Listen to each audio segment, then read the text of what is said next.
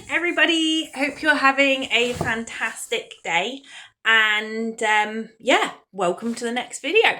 So this one today is kind of a blend between a God nudge and also something on my own personal development list. So one of the things that was on my development list this year was to explore the dyslexic traits further, and also explore what capacity can be unlocked with the correct input. So let's just put this all into context. I can share my personal journey, but I think there'll be a few things that's quite relatable.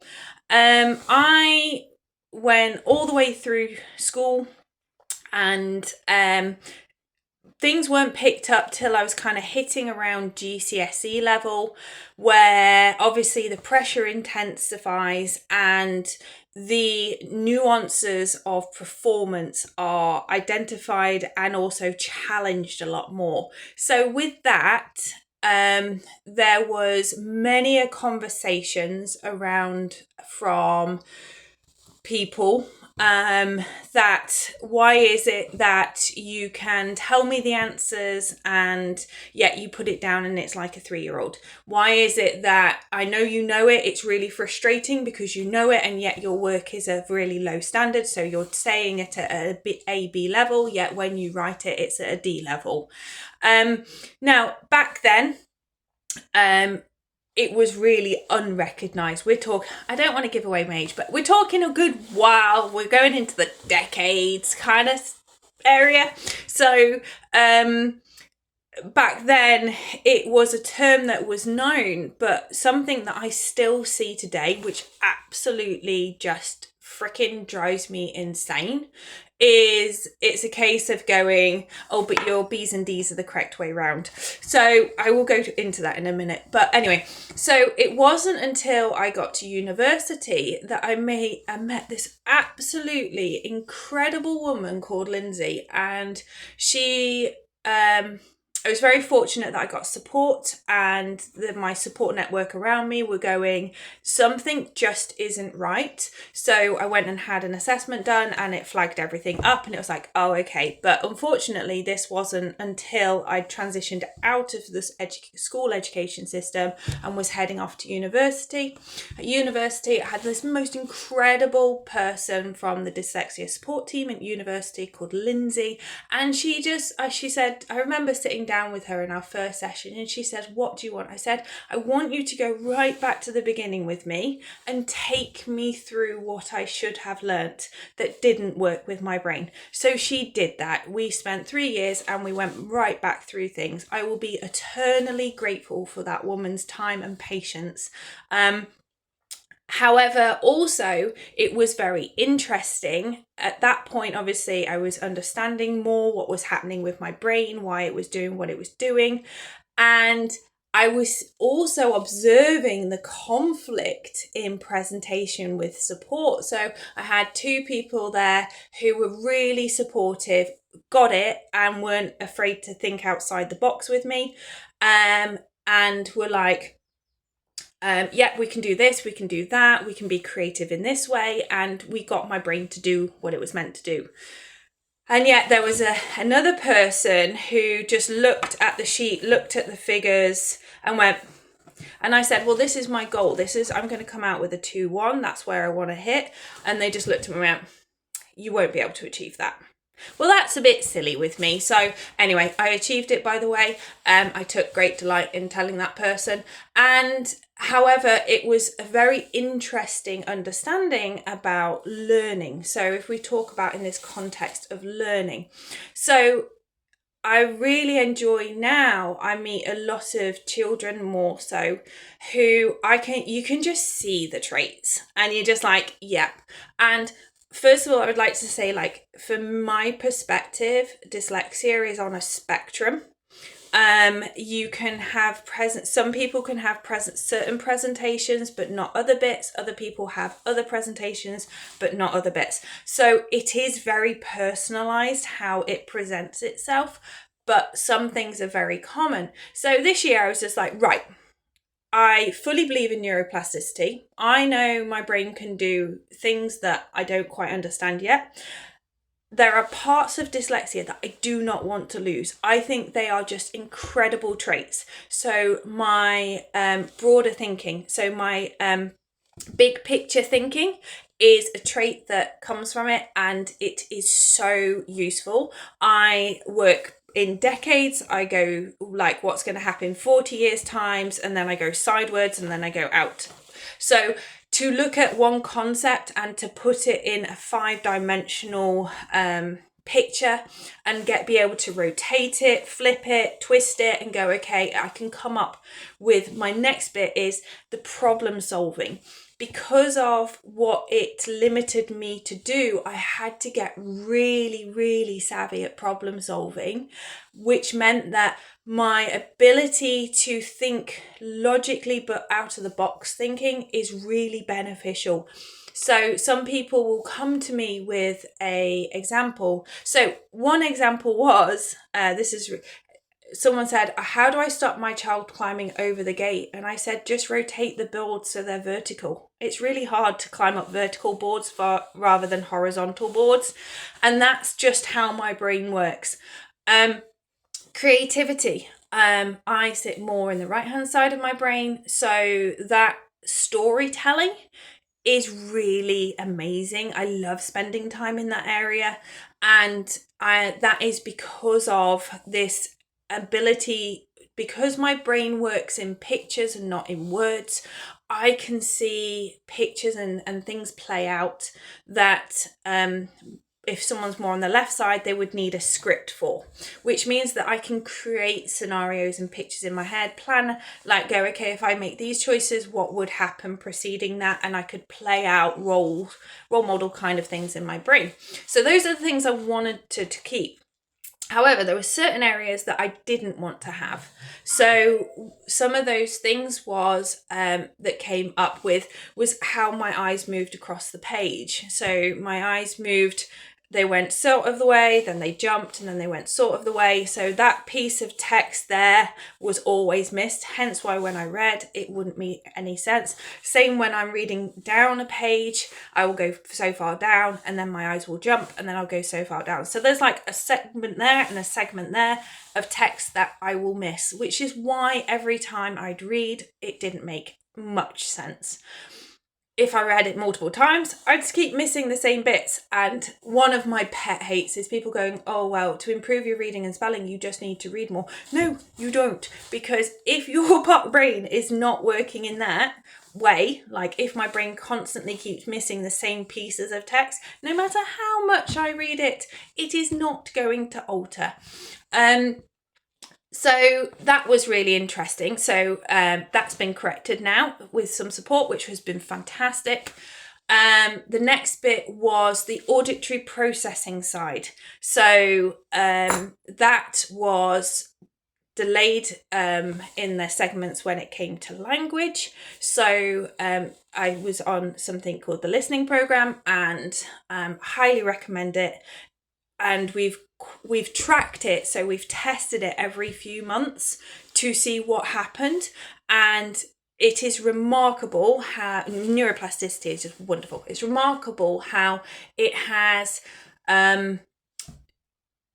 corrected the auditory processing. And when I did the test recently, especially with pitch, I turned around to the assessor and I was like, it's really fascinating. It's like someone's just put hearing aids and I can now hear things that I've never heard before, which means when people talk and their voice goes up and down, it's easier to track. The next bit I've got to work on is rhythm. And that means that I can track it in crowded places. So when there's lots of external noise, which the listening program is doing. The next bit was leaning into the areas of my brain which do work really well. So if words aren't its kind of hotspot, my motor skills are.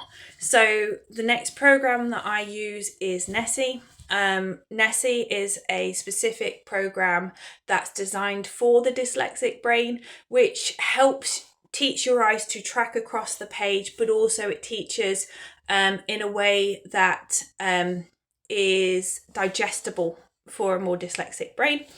And one of the best things I ever learned to do, and I was requested to do this when I was younger, was learn how to touch type. When I touch type, it goes off my motor skills more so than, it's no longer asking my brain to go from left to right as I'm writing across the page, which we know it couldn't do very well.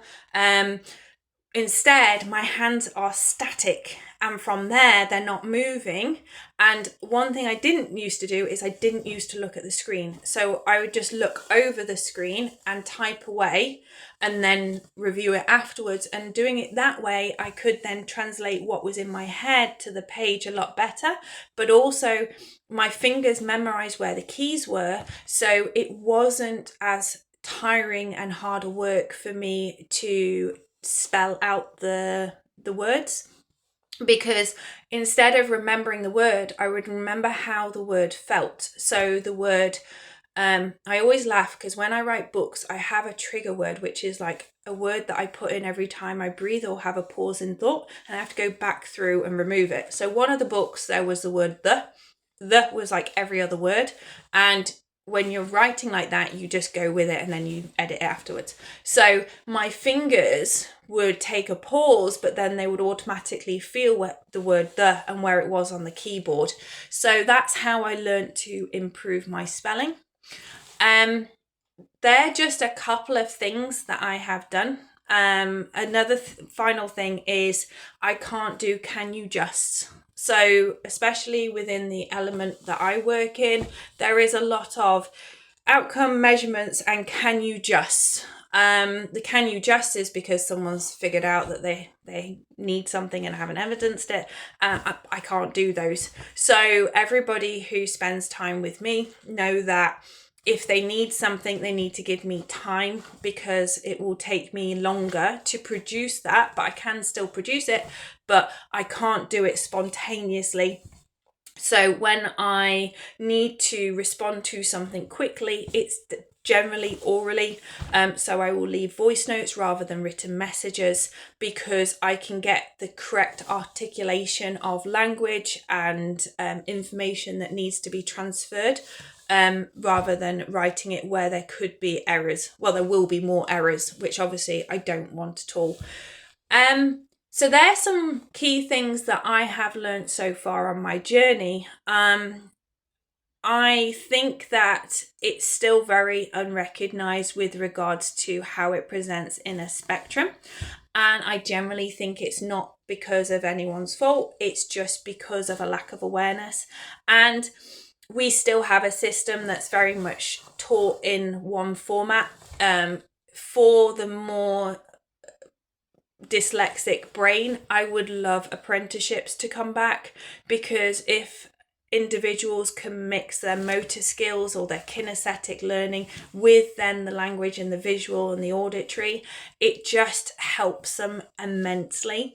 Unfortunately, everything is going more left brain, which is obviously paperwork and stuff like that. However, I was brave this week, and I actually dipped into AI. I have been refusing, and I thought this actually levels the playing fields. So for certain things, like that's connected for me more to the book side of things, when I need to get something like a slogan written so it's better in its tenses and things like that, I can ask for that support, and it's like having your own tutor there by your side. So I think that's going to be very interesting, because it's actually going to start leveling the playing field.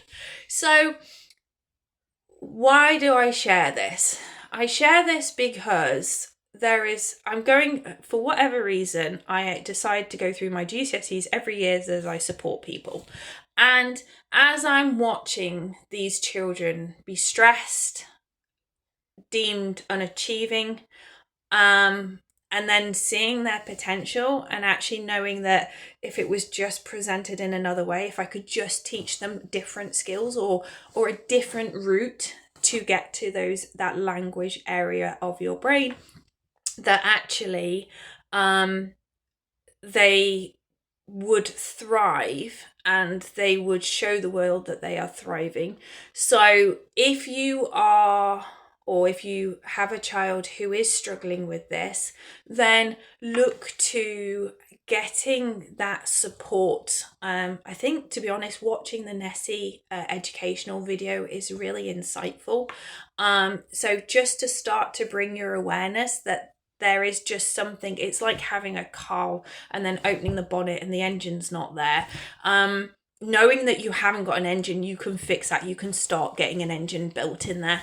So, and from that, then the self-esteem isn't affected, the self-belief isn't affected, but also they can keep those amazing traits that it presents. So they can have the best of both worlds. And I'll be really interested. I've probably got about another 3 to 4 months of correction work. And then theoretically and tested wise, everything I needed to correct should be corrected.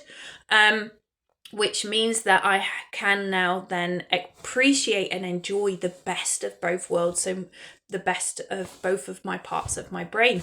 So I think that's a lot for this morning, but thank you for listening. I'd love to hear if you have any thoughts or comments below. All I would say is a big heartfelt gratitude. Thanks to all those people who have helped and supported me along my own personal journey to correction. You guys are flipping awesome, and this is me sharing with the world that there is a way to help these individuals flourish. See you later. Bye.